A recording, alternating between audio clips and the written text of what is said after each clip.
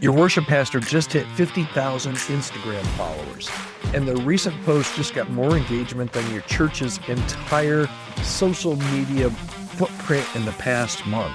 People are driving from other cities to hear them lead worship at your church, and you're genuinely happy for it. Right? But something feels off. The staff dynamics somehow have shifted a little bit.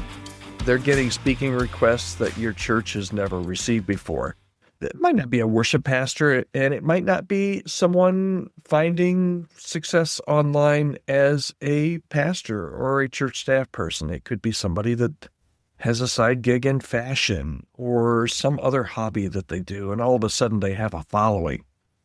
If this has happened to you, or if it's happening to you, or you're just intrigued by it, you're in the right place, because we're going to talk about that today. We're going to talk about what's really happening under the surface when this happens to someone on your staff that kind of instantly, overnight, not overnight, has a platform that you didn't see coming. Hi there, my name is Todd Rhodes. I'm one of the co-founders over at chemistrystaffing.com. You're listening to the Healthy Church Staff Podcast.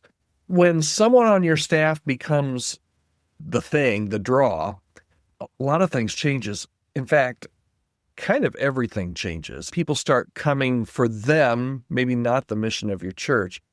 Other staff members on your team feel it immediately, and suddenly there's the celebrity tier on your team. The power dynamics shift, whether you acknowledge it or not. And honestly, most churches just pretend this isn't happening. And that's where it starts to get a little bit complicated. The influencer staff member starts operating a little bit differently most of the time, whether they know it or not. They're building their brand while they're doing ministry. According to what their role is, it could be that every sermon, every moment, every instance becomes content that they use on their platform, and you're thinking about their next post during worship all of a sudden. And other staff feel like maybe the supporting cast in somebody else's show. You start second-guessing decisions based on their platform, and before you know it, it's possible. I've seen it happen in churches. The tail starts wagging the dog. Now, there's nothing wrong, if we can be quite honest here, there's nothing wrong with your staff having influence. God gives people platforms for kingdom purposes and for personal purposes. Platforms aren't evil in and of themselves, but you do need to have a healthy approach to this if it were to happen in your church. And that means you need to have the conversation early, and you need to have the conversation directly. It goes something like this: Bob, your platform's a gift. How can we steward it together? Establish some clear boundaries about church time versus personal brand time. Make sure that they're representing the church's values, particularly if it's a ministry type of a platform. Make sure they're representing the church's values when they represent themselves.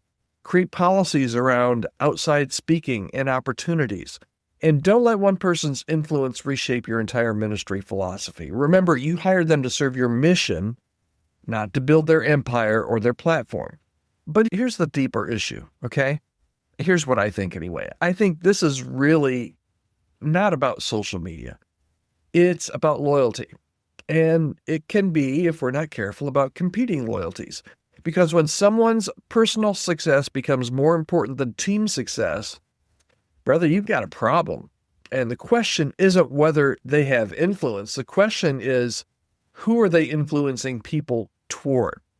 So here's your bottom line for today. Influence is a tool, not a trophy. And healthy teams will steward that together.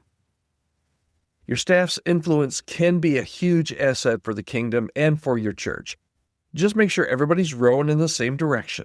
That's it right here for this week and this episode of the Healthy Church Staff Podcast. I hope you have a great weekend, and I hope you'll join me again right back here on the Healthy Church Staff Podcast on Monday. If you haven't subscribed, go ahead wherever you're listening, hit that subscribe button so that you can become a regular listener right here, you and me, on the Healthy Church Staff Podcast. Have a great weekend.